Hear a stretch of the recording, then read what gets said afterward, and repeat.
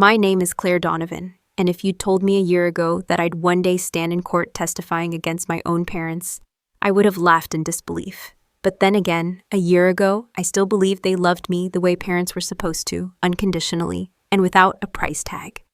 I was 29 when everything began to unravel. It was a quiet Sunday morning. I had just returned from an open house with my partner, Lena. We'd found what felt like the one of 3-bedroom craftsman just outside the city, with original wood floors, a sun-drenched office space, and a backyard big enough for the vegetable garden I'd always dreamed of. The listing price? $385,000. Nearly a perfect match for what I had in my savings account. $390,000. 10 years of grinding, sacrificing, saying no to vacations, and yes to side gigs had finally paid off. Or so I thought. Lena tossed her keys onto the kitchen counter and gave me that smile that said we're almost there. I could already picture us moving in, painting the walls, and making that house our home. But just as I settled on the couch and opened my banking app to double-check my numbers before calling the realtor, a strange pop-up appeared on my phone. New device login detected. Your account was accessed from a different location. My stomach dropped. I hadn't logged in on any other device. I brushed it off at first, thinking maybe I had forgotten an earlier session. But a pit started forming in my chest, small but sharp. I changed my password, enabled two-factor authentication, and pushed the alert out of my mind. I shouldn't have. But to understand how I ended up here, you need to know where I came from. I grew up in an affluent neighborhood outside Boston, in a pristine colonial house with white shutters and a manicured lawn that never had a single blade out of place. Inside that picture-perfect home were Martin and Carol Donovan, my parents, both successful, both terrifying in their own quiet way. My mother was a marketing director who planned life the way she planned campaigns. Organized, efficient, and emotionless. My father was a financial advisor known for high stakes, high reward, strategies rigid, calculating, and obsessed with control. And I, the eldest of their 2 children, was treated like a project they needed to perfect. There was no such thing as privacy. My bedroom had no lock, my computer was checked weekly, my phone was subject to random searches. Every friend I made was scrutinized.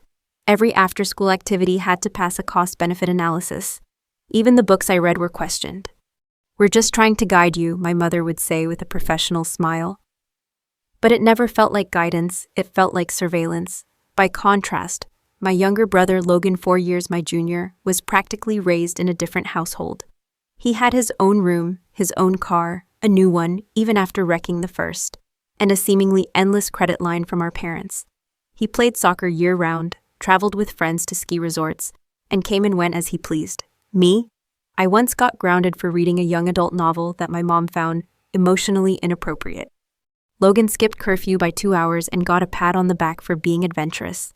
I think that imbalance of love, of trust, of freedom is what drove me to carve out my own life as early as possible. At 16, I started working at a local bakery, hiding my tips inside a hollowed-out calculus book.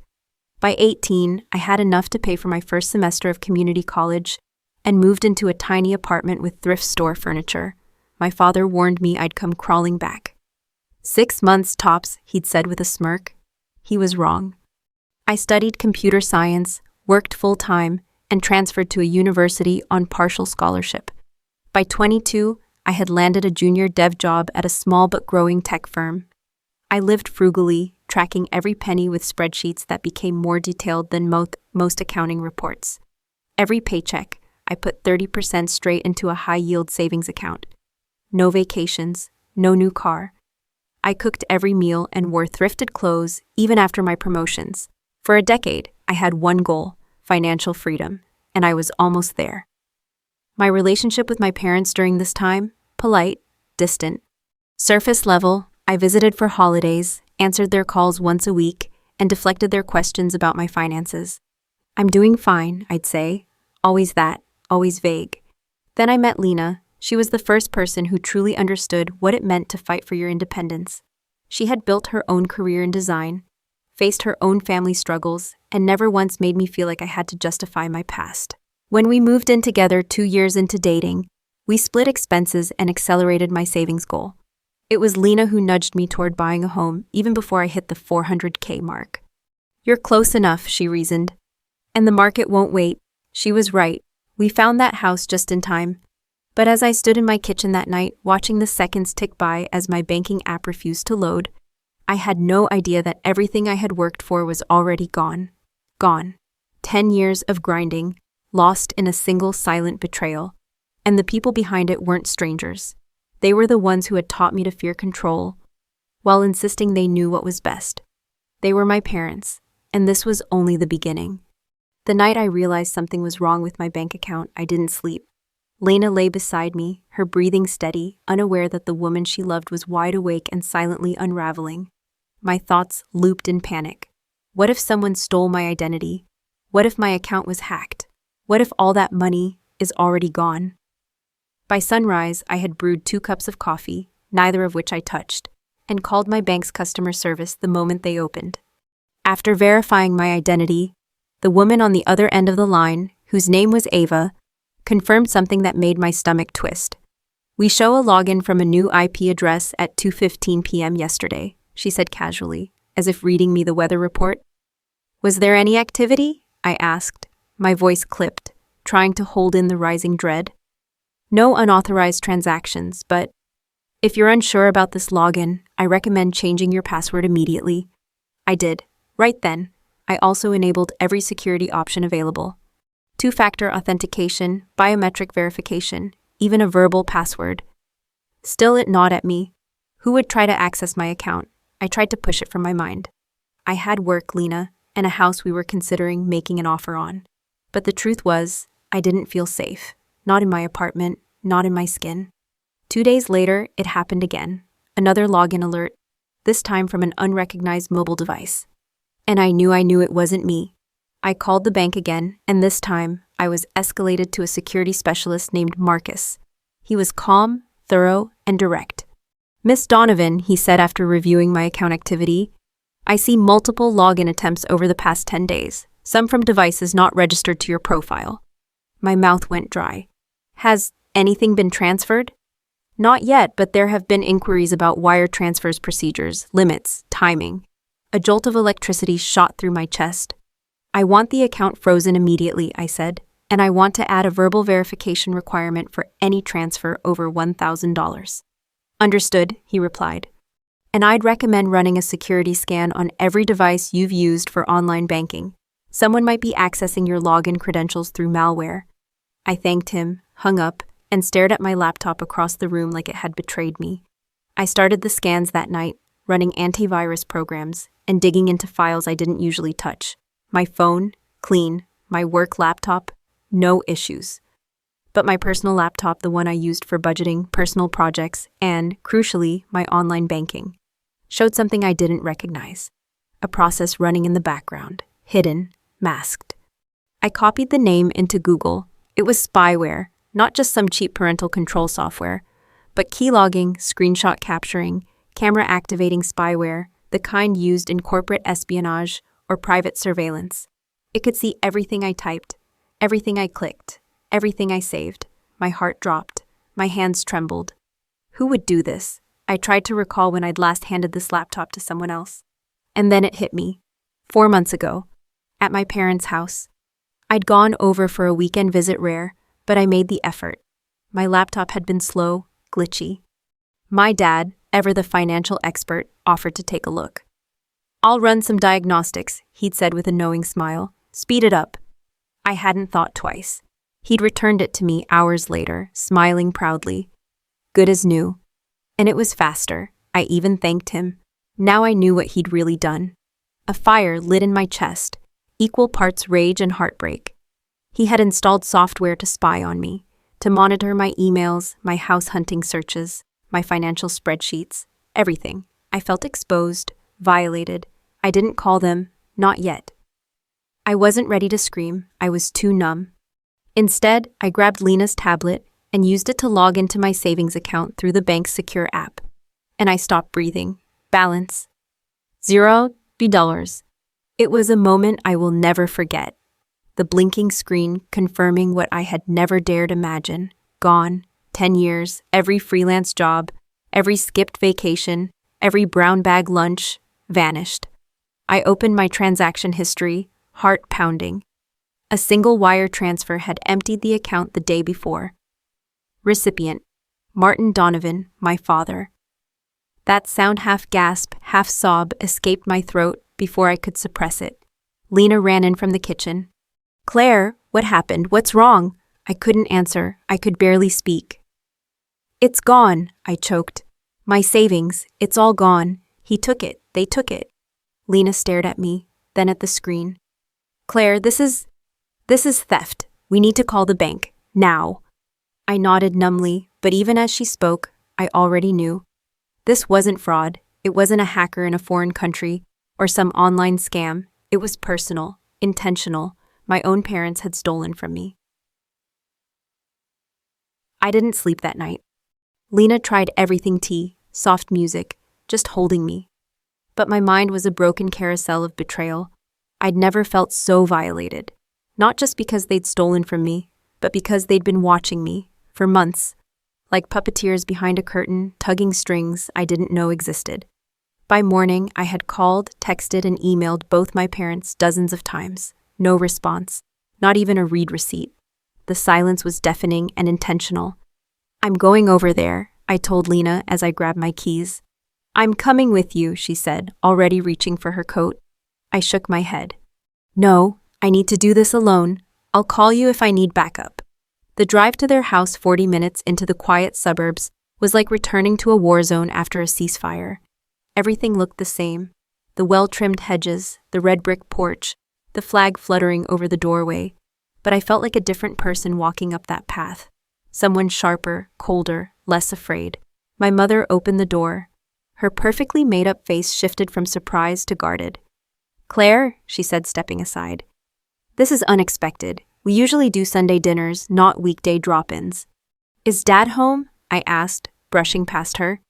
"In his study," she said warily. "Claire, what?" But I was already down the hallway. He was sitting behind his desk, reading glasses perched on his nose, a spreadsheet open on his screen.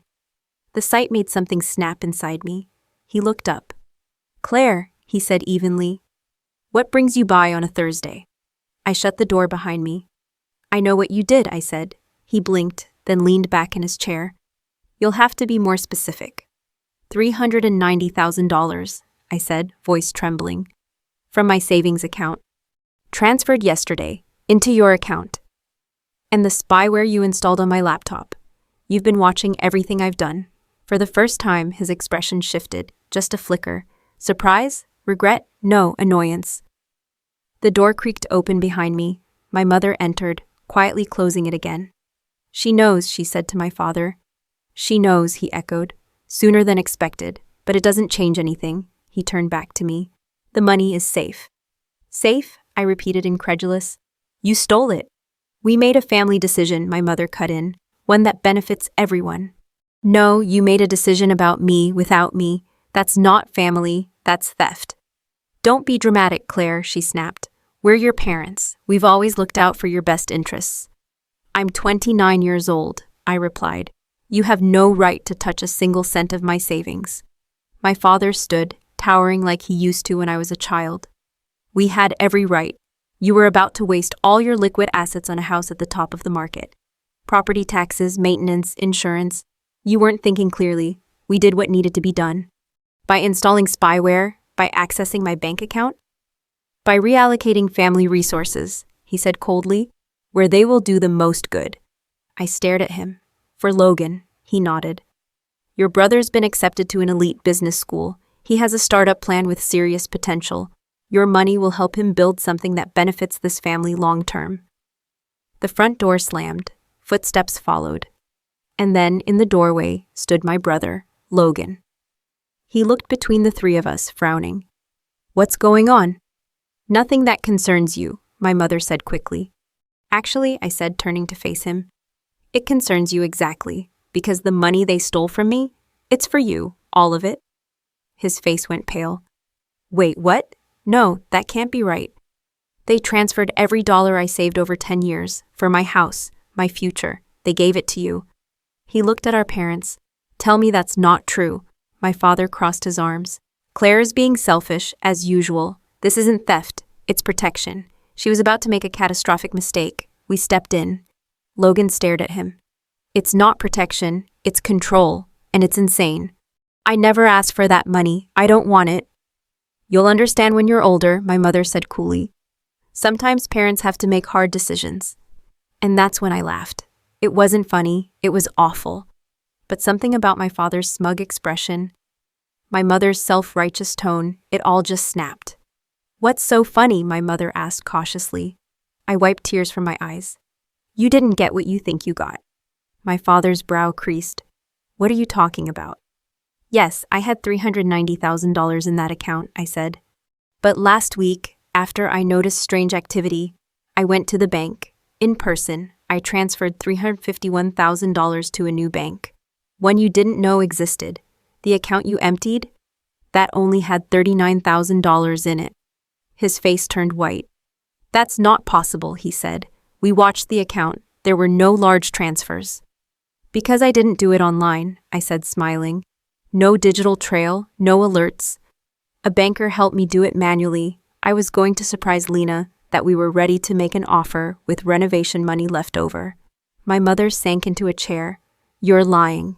Call the bank. Logan stepped forward. I want no part of this, he said firmly. If you took her money, you need to give it back. All of it. My father looked at both of us, disgusted, furious. You ungrateful children, after everything we've done for you.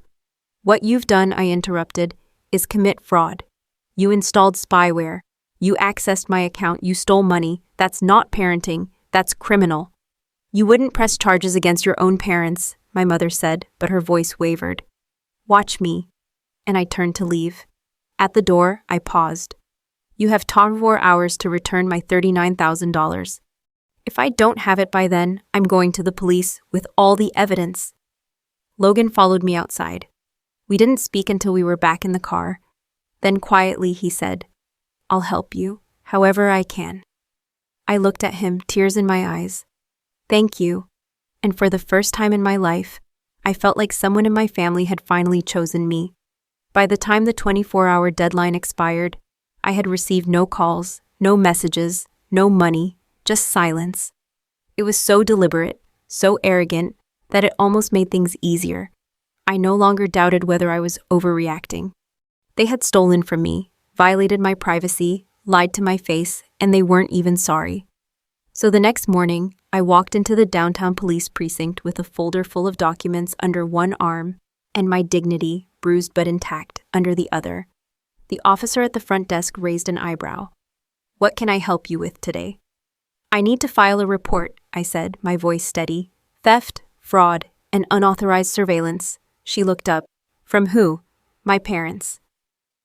10 minutes later, I was sitting across from Detective Kimberly Walsh, a woman with sharp eyes and a kind voice.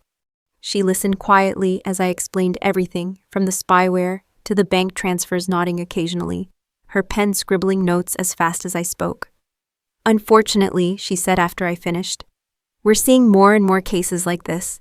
Family financial abuse is disturbingly common, especially when adult children become independent. But the spyware? That's unusual. That elevates this. She promised to open a formal investigation and advised me to consult a lawyer. Criminal charges are possible, she added, but civil action might get you your money back faster. I left the station with a case number and a sick feeling in my gut. That afternoon, on a recommendation from one of Lena's coworkers, I met with Sarah Patel, a financial crimes attorney whose office smelled like leather-bound books and lavender tea. She was direct, intelligent, and took notes like someone preparing for war. First things first, she said after hearing my story. We'll file for an emergency injunction. That'll freeze your parents' accounts to prevent them from spending or hiding what's left. Then we'll sue for the return of the funds plus damages. She wasn't fazed by the complexity. They may try to delay, gaslight, even countersue, but with your records, your screenshots, and your brother's support, you have a strong case. True to her word, Sarah moved fast. By the end of the week, we had a judge's approval to freeze my father's accounts, the ones the stolen money had been transferred into. We also filed a formal complaint that included theft, fraud, invasion of privacy, and unauthorized computer access. My parents responded exactly as I expected, with lawyers, accusations, and denial. They hired Bradford Montgomery, one of the most expensive attorneys in the city, known for defending elite clients in high-profile disputes. His response to our complaint was a masterpiece of manipulation. He claimed my parents acted out of fiduciary duty and parental concern. He even accused me of breaching a verbal repayment agreement for money they'd supposedly loaned me as a young adult. I nearly choked when Sarah showed me the countersuit. They're claiming you borrowed from them during college and agreed to repay them when you became financially stable, she explained, pointing to the language in the filing. They're calling the $39,000 a collection on family debt. That's a lie, I said flatly. I haven't taken a dime from them since I was 19. If anything, they cost me opportunities. I believe you, Sarah said. But we need to prove it. We'll pull your employment records, pay stubs, tax returns, anything that paints a picture of your financial independence. She also advised me to collect personal statements from people who had known me over the years. Roommates, former colleagues, even Lena. People who could confirm that I built everything I had on my own. Word started spreading. A local news outlet published a segment about digital privacy invasions in the family sphere. They didn't name me, but the details were unmistakable. My inbox exploded messages from old friends, tech industry peers, and extended family. Some were sympathetic, some were not. The harshest email came from my mom's sister, Aunt Diane, someone who used to sneak me candy when I was a kid and taught me how to paint my nails. Family matters should stay within the family. They made a mistake, yes, but dragging them to court? You're burning bridges that can never be rebuilt. I stared at her words for a long time. And then I realized something. I didn't want bridges built on gaslighting, guilt, and betrayal. I wanted accountability. Lena stood by me through it all. She took time off work to attend legal meetings with me, helped organize documents, and held me through every breakdown. You're doing the right thing, she whispered one night as I sobbed into her shoulder. They broke your trust. That matters. And Logan, my brother, continued to surprise me. Despite pressure from our parents and distant relatives, he provided a signed statement backing my case. In it, he detailed years of favoritism, emotional manipulation, and his horror when he learned what our parents had done. I've always felt guilty, he told me over coffee one afternoon. I didn't know it would go this far. I should have spoken up sooner. It's not your fault, I said, squeezing his hand. But I'm glad you're here now. The hardest moment came during the deposition, a formal legal interrogation, where I had to sit across from my parents and their attorney, answering hours of hostile questions. They looked smaller in that conference room, not broken, just exposed. Bradford Montgomery tried to frame me as an ungrateful, impulsive daughter. He painted my house search as reckless, claimed my parents had only ever tried to protect me. Isn't it true, he asked, peering over his glasses, that your parents offered you financial advice, which you chose to ignore? Advice doesn't equal access, I replied evenly. They had no right to my accounts. Sarah objected when the questions got too far, but I stayed strong, calm, clear, because for the first time in my life, I wasn't the scared little girl who used to be afraid of disappointing her parents. I was a woman defending her right to autonomy. The day of the hearing arrived with the weight of 10 years pressing down on my chest. Lena and I stood in front of the courthouse, the morning air sharp against my skin. She gave my hand a firm squeeze. No matter what happens, Claire, she said, you already won. You stood up for yourself. I nodded, but the knot in my stomach didn't ease. Inside, the courtroom was smaller than I expected. Worn benches, buzzing fluorescent lights. It didn't feel like the setting for something so monumental. But as I sat beside Sarah at the plaintiff's table, my back straight and hands folded, it hit me. This was the room where the truth would finally matter. Across from us sat my parents. My mother, Carol, wore her signature tailored blazer and pearls her armor. My father, Martin, looked tense but composed, occasionally whispering to their attorney, Bradford Montgomery. Neither of them glanced in my direction. When Judge Patricia Alvarez entered, the room fell into a heavy silence. She adjusted her glasses and got right to it. Let's begin with opening statements. Sarah stood, voice calm and direct. This case is about the fundamental violation of a daughter's right to privacy, financial autonomy, and emotional safety. Miss Donovan, our plaintiff, has spent a decade building her future only to have it stolen by the very people entrusted with her well-being. Bradford rose next, His tone was smooth, confident. He framed my parents as concerned professionals.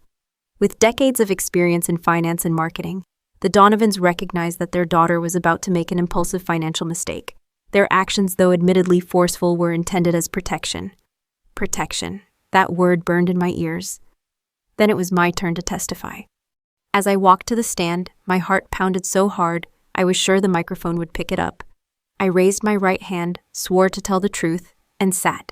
Sarah guided me gently through the basics, my work history, my savings plan, my relationship with my parents. I described the spyware, the silent bank logins, the moment I saw my account balance at zero. "And did you ever give your parents permission to access your financial accounts?" Sarah asked. "No," I said firmly, "never."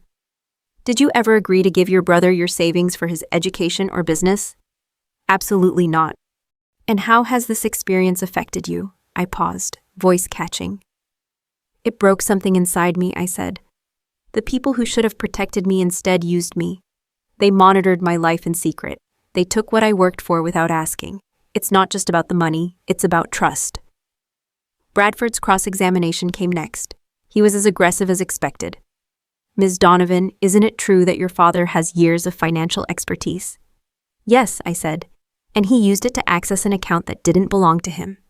"Didn't your parents express concerns about your decision to purchase property at your age?" "They shared their opinions," I said calmly, "but that doesn't give them ownership of my life." He pressed further, implying I was naive, emotional, even ungrateful. I held my ground, never raising my voice. Then the experts took the stand. A digital forensics specialist testified that the spyware installed on my laptop was not consumer grade.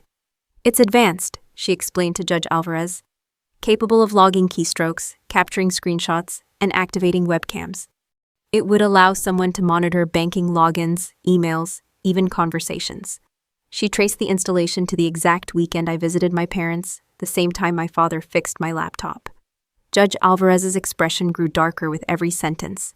The next witness was the bank manager who helped me transfer $351,000 to a secure offline account. "Ms. Donovan came in concerned about unauthorized activity," he said. "She requested a non-digital transfer to avoid potential monitoring. That's unusual, but within policy."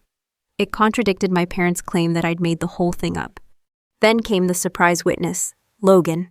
He walked confidently to the stand, glancing at me briefly with a nod of quiet support. "My parents have always treated me and Claire differently," he began. "She got rules, I got freedom. She had to justify every dollar, I didn't." There was a murmur in the courtroom as he continued. "When I found out what happened when they said it was for me, I was horrified. I never asked for her money, I never wanted it. And when I told them I'd testify for Claire, they threatened to cut off my tuition." My mother gasped from her seat. My father flushed deep red. The judge banged her gavel. "Control your reactions, please." Logan sat beside me afterward. He didn't have to say anything. His testimony spoke louder than words. We left court that day with our case resting strong. The next morning, as we prepared to return for closing arguments, Sarah got a phone call. "It's Bradford," she said, phone pressed to her ear. "They want to settle." I froze. The offer, full repayment of the $39,000, plus $20,000 in damages for legal fees and emotional distress in exchange for dropping the case and agreeing not to pursue criminal charges. Sarah looked at me. "It's a good deal. You'd walk away whole." I looked at my parents across the room as we prepared to reconvene. They weren't remorseful. They were afraid. "No," I said quietly. "Let the court decide." Sarah blinked but nodded. "Let's go." Back in court, she delivered our closing arguments. Clear, calm, relentless. "This was not a mistake," she said. "It was a calculated theft enabled by illegal surveillance and years of unchecked control. The plaintiff is not a reckless child. She's a grown woman who deserves the basic right to privacy and ownership over her life." Bradford's closing was subdued. He focused on my parents' good reputations and insisted their intentions were never malicious. Judge Alvarez didn't respond. She simply stood. "I'll deliver my ruling tomorrow," she said. The room emptied. Lena met me outside. "How do you feel?" I breathed in deeply, like I finally stopped asking for permission to live my own life. The courtroom was so quiet you could have heard a pin drop. Judge Alvarez entered, her black robe trailing behind her like a wave of authority. She didn't waste time. no preamble, no warm-up. In the case of Donovan versus Donovan, this court finds in favor of the plaintiff. I couldn't breathe. The defendant's actions constitute a clear violation of multiple statutes. She continued, her voice unwavering. Unauthorized computer access, invasion of privacy, financial fraud. This court orders the defendants to return the full $39,000 taken from Ms. Claire Donovan's savings account, in addition to $50,000 in punitive damages. A collective gasp spread through the room, my mother's sharp and bitter, my father's barely audible. And furthermore, the judge said, locking eyes with my parents, a permanent injunction is issued barring the defendants from any future contact with the plaintiff's financial institutions, digital devices, or online accounts. The special bond between parent and child, she added pointedly, does not justify breaching legal and ethical boundaries. Ms. Donovan has demonstrated admirable independence and responsibility. Her autonomy is not yours to govern. The words echoed inside me like a hymn. And then, just when I thought it was over, she dropped one final weight. This case will be referred to the district attorney's office for review of potential criminal charges. My mother slumped back in her seat, face pale. My father said nothing, jaw clenched, eyes fixed on the floor. When court adjourned, I didn't look at them. I didn't need to. They had already watched their carefully constructed narrative collapse, brick by brick. Outside, Logan caught up with me. "Are you okay?" he asked, searching my face. I thought about it, really thought. "Not yet," I said, "but I think I will be." The next few weeks were a blur of paperwork, account adjustments, security audits, and long nights lying awake. But the money came, all of it, and for the first time in months, I could exhale. The DA ultimately decided not to press criminal charges, citing my parents' clean prior record and full restitution. But by then, I didn't care. The public court ruling was enough. The judgment was on record. The control they'd held over me for decades, broken. With the returned $39,000 and the extra $50,000 in damages, I now had even more than my original house budget. Lena and I began house hunting again, not because we had to, but because we were ready. One Saturday morning, she sat on the edge of our bed, scrolling through listings. "What about this one?" she said, turning her tablet toward me. 4 bedrooms, wraparound porch, 10 minutes farther from downtown, but it's within budget. The house was beautiful. Sunlight spilled across its wooden floors in the listing photos. The kitchen had the exact tile I'd saved to my Pinterest board 2 years earlier. "It's perfect," I whispered. "Let's go see it today." 2 weeks later, our offer was accepted. At the closing, the real estate agent handed us the keys with a grin. "Congratulations, homeowners." We stood in the empty living room that evening, eating takeout on the floor, champagne in mismatched glasses.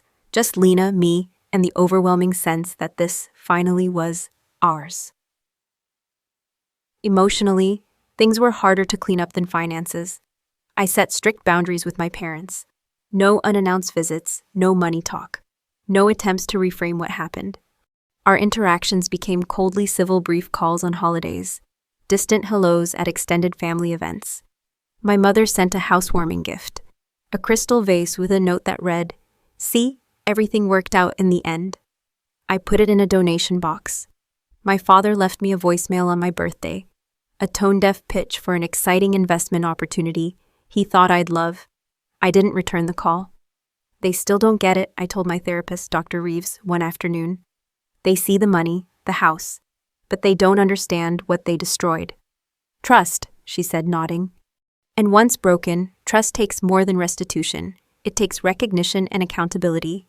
Exactly, and I knew by now they may never give me that. So I stopped waiting. Instead, I invested in myself. I joined a cybersecurity firm as a systems advisor. At a conference 6 months later, a senior director approached me. "Your story struck a nerve," she said. "We've seen this happen too often, but your background makes you perfect for our family protection division. We'd love to have you." The job came with a significant raise and a chance to create systems that protected vulnerable individuals from surveillance, manipulation, and abuse. It wasn't just a job, it was purpose. Lena's design business was thriving too. She'd landed several major clients, and now she was talking about hiring a partner. We were building something together, a home, a future, a life that wasn't reactionary or defensive, just ours. One crisp fall evening, we sat on our new porch swing, watching neighborhood kids ride bikes up and down the sidewalk. Lena reached into her coat pocket, pulled out a small velvet box, and handed it to me. "I've been waiting for the right moment," she said, her voice shaking just a little. "And maybe there's no perfect time, but this feels close." Inside was a simple, elegant ring. No fireworks, no spectacle, just truth. "I know we've talked about marriage," she said, "but after everything we've survived, I'm sure I want to build the rest of my life with you. Will you marry me?" I didn't hesitate. "Yes." The word tumbled out like breath I'd been holding for years. Logan was the first person I called. He laughed through the phone. "Took her long enough." We talked for hours, and I realized something unexpected. He had become more than my brother. He was now my friend. Since the court case, he distanced himself from our parents, moved into a small off-campus apartment, and started financing his own business school tuition through loans and part-time work. "It's harder this way," he admitted. "But it feels honest, like I'm actually building something that's mine." I understood deeply. Because after everything, after the betrayal, the courtroom, the rupture, I was finally building something too. And this time, no one could take it from me. The first Thanksgiving in our new home arrived with a strange mixture of excitement and unease. Lena and I had invited a small group, a few close friends, 2 of my colleagues from the cybersecurity firm, and most importantly, Logan. We cooked all morning, chopping vegetables side by side, laughter and music filling the kitchen. The dining table was set with mismatched dishes and autumn-colored napkins, the way my grandmother used to do it. It felt cozy, authentic ours, but in the back of my mind, a question lingered. Should I invite my parents? Lena never pressured me. "It's your call," she said gently. "There's no right or wrong here, only what brings you peace." I thought about it for days, and in the end, I made a choice not out of anger, but clarity. I sent them a holiday card. No invitation, no confrontation, just a short, handwritten note. "Wishing you a warm Thanksgiving. Please respect our space. Claire." Not forgiveness, not punishment. Just a line in the sand. And for the first time in years, I didn't spend Thanksgiving bracing for judgment or biting my tongue. I spent it living. A week later, Logan stopped by to help paint the upstairs guest room. He arrived with pizza, a playlist, and paint-stained sneakers. "It smells like new beginnings in here," he joked, handing me a brush. We worked in easy silence for a while, the kind only siblings can share. At some point, he said, "It still hits me sometimes how far everything went." "Yeah," I replied. "Me too." He set down the brush and sat cross-legged on the floor. "I've been thinking a lot about how different things were for us," he said. "Growing up, I never had to fight for independence. You did." I leaned against the wall, wiping a streak of blue from my cheek. "It wasn't just different," I said. "It was designed that way." He nodded slowly. "I've started seeing a therapist," he admitted, almost shyly. "At school, I didn't realize how much I'd internalized. About them, about you." I smiled. "I'm proud of you." He looked at me then, eyes soft. "I want you to know, I'm not taking anything from them anymore. No money, no business help, nothing. I'm building my company on my own." "It's harder," I said quietly. He smiled. "But it's honest." That phrase stuck with me for days. Harder, but honest. It became something of a mantra.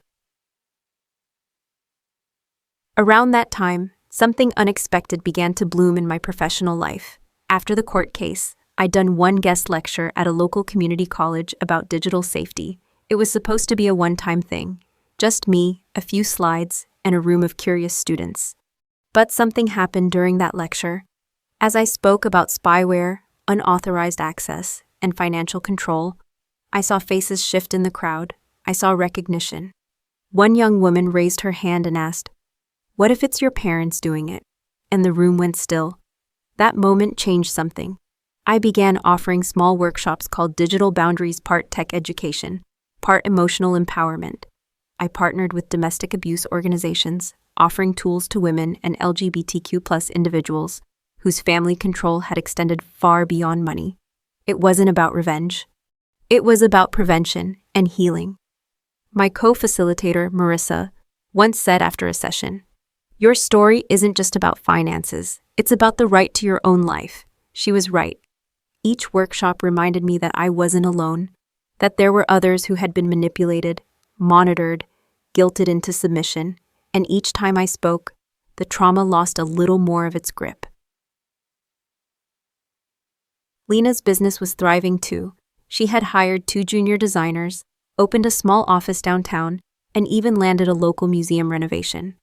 We often found ourselves working late into the evening in the home office with color swatches, me debugging a new security tool, and every now and then, we'd glance at each other and smile.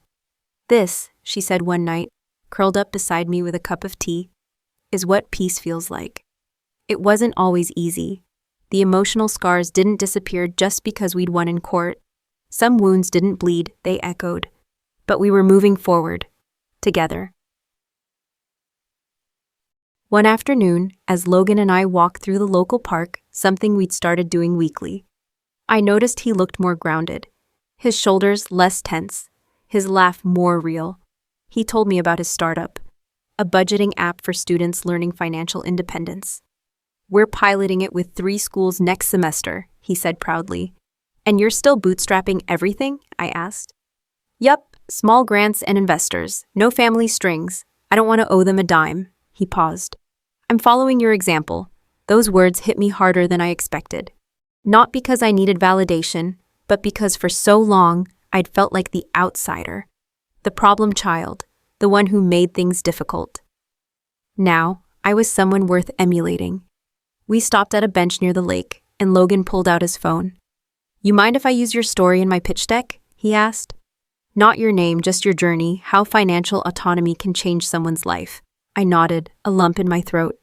"Yeah, you can use it." "Thanks," he said. "You gave me more than just support, Claire. You gave me a model."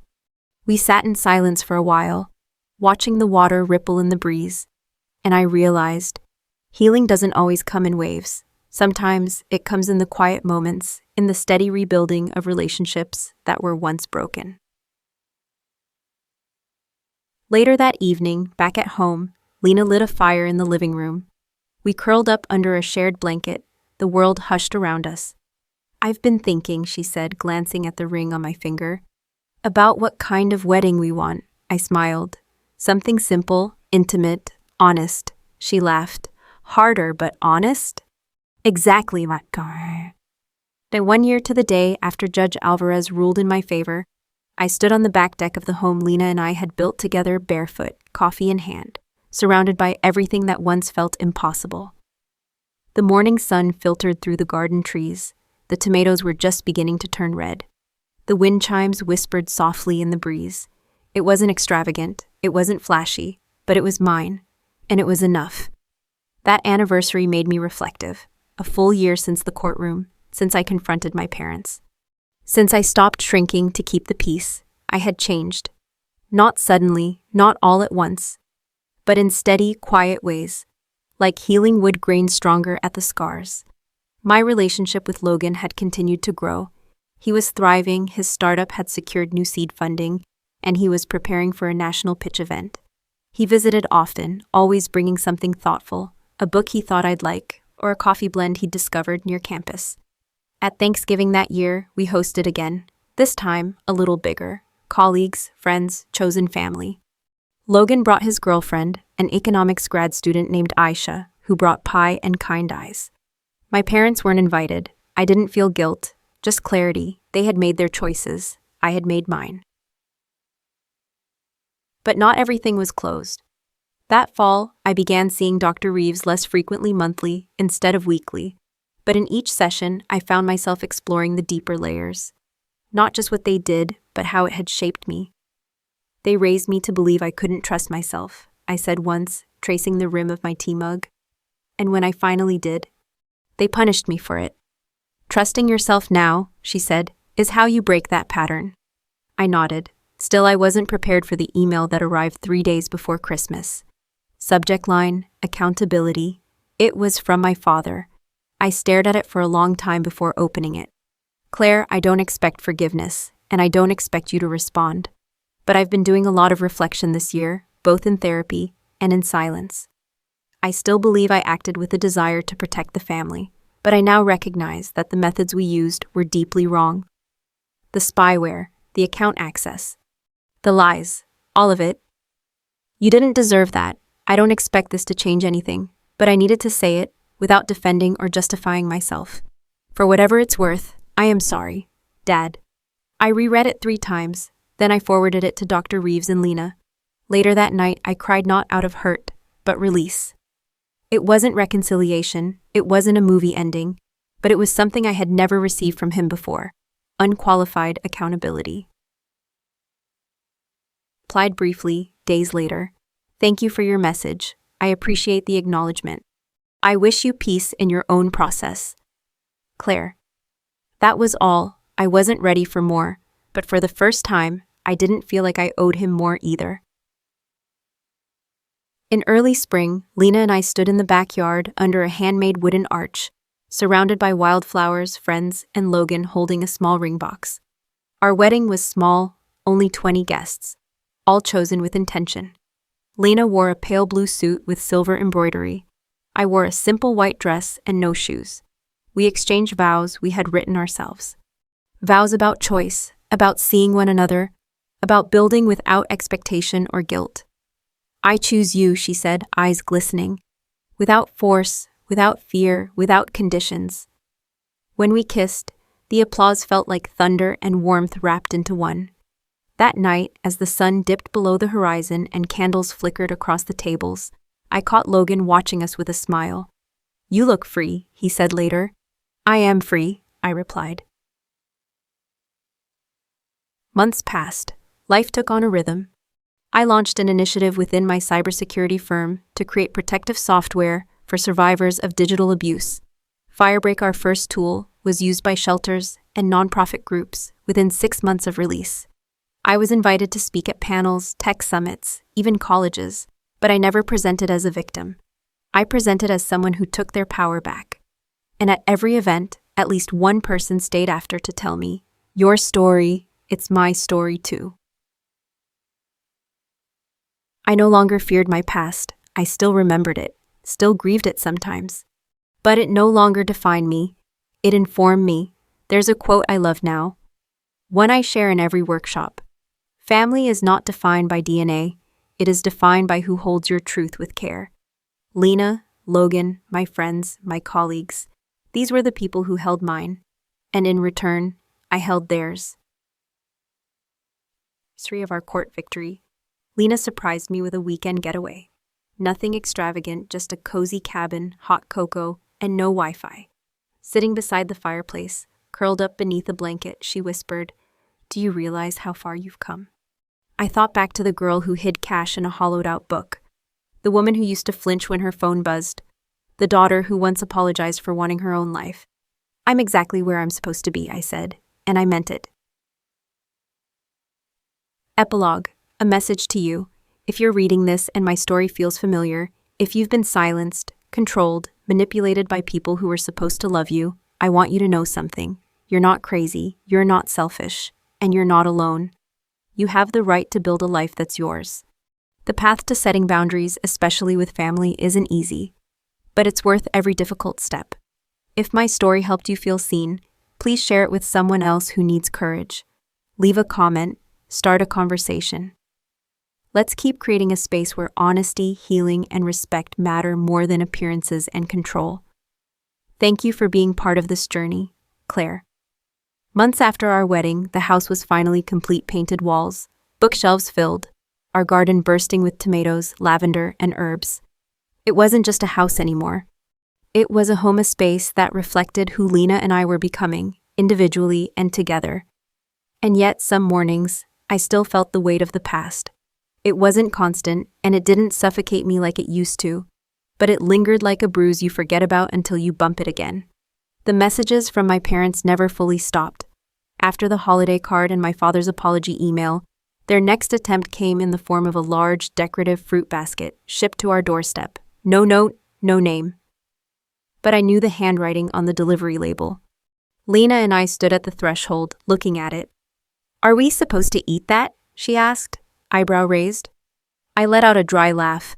Honestly, I don't even know what the message is anymore. Forgiveness by Mango? We donated it to a local shelter. About a month later, my father called. I didn't answer, but the voicemail was painfully familiar.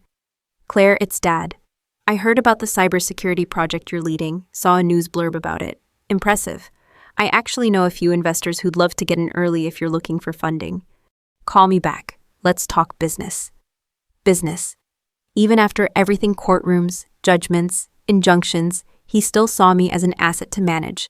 When I played the message for Dr. Reeves at my next therapy session, she nodded, unsurprised. They're trying to reframe the story again, she said, from accountability to convenience. And it's not going to work, I said. Not this time. But the hardest message came in a cream-colored envelope with gold-trimmed edges.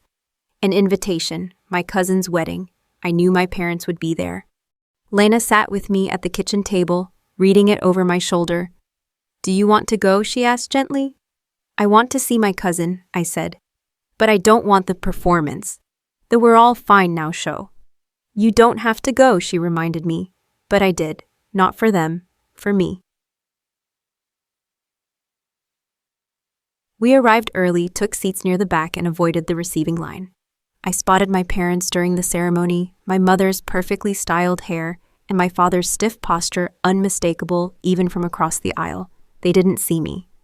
After the vows, as guests filtered out to the reception, my mother appeared, seemingly out of nowhere.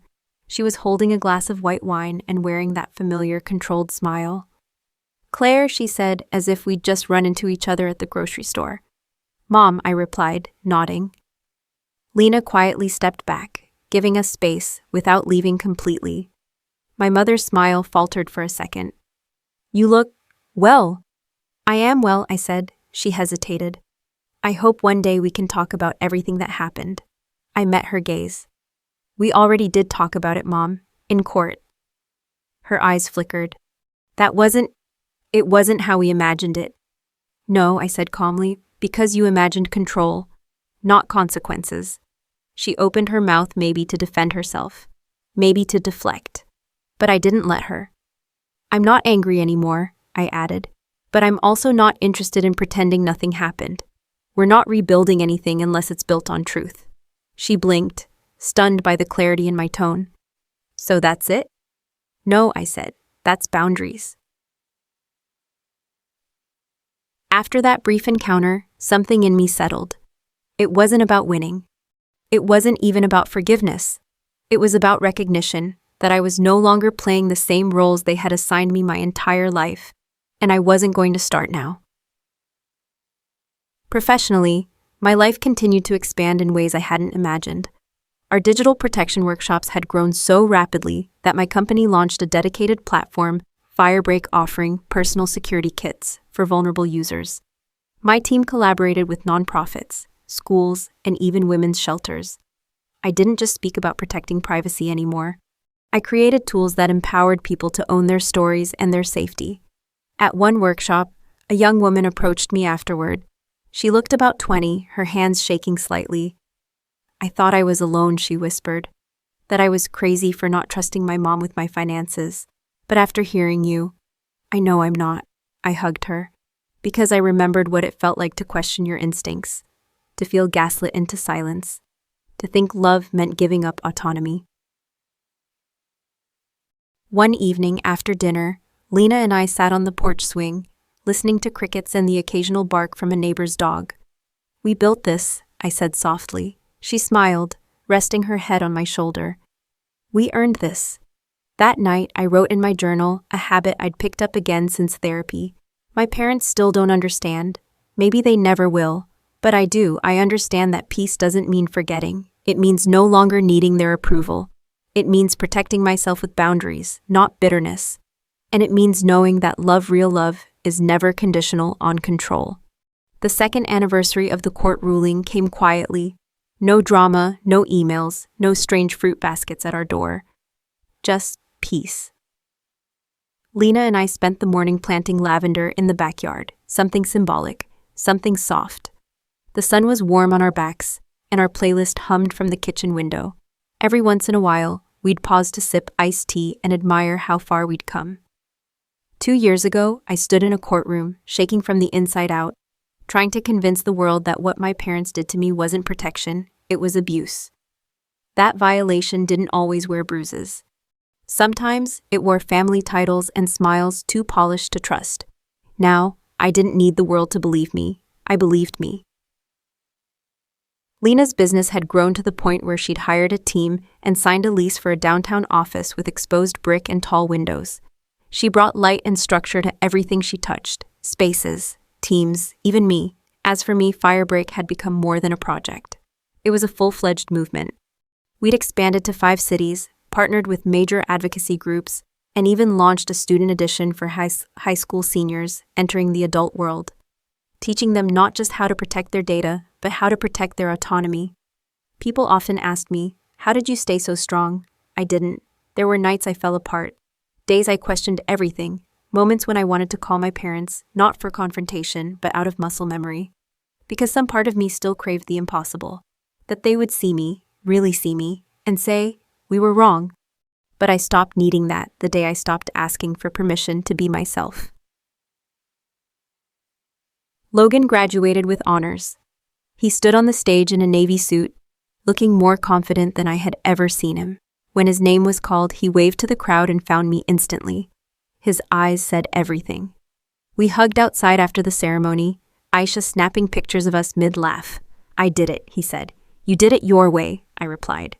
He was preparing to launch his startup in a few months, funded through small investors, scholarships, and a few hard-earned grant wins. He'd turned down every offer of money our parents had extended, even the ones dressed up as gifts. "They still don't understand why I said no," he admitted once. "But I finally do. It's not about the money, it's about who holds the strings." The one Sunday morning, while sorting through old documents in the attic, I found a notebook I hadn't seen in years. The cover was cracked leather, the spine barely intact. Inside were scribbles from my early 20s, budget plans, savings goals, apartment dream lists. Back then, I thought success meant just having enough money to be free.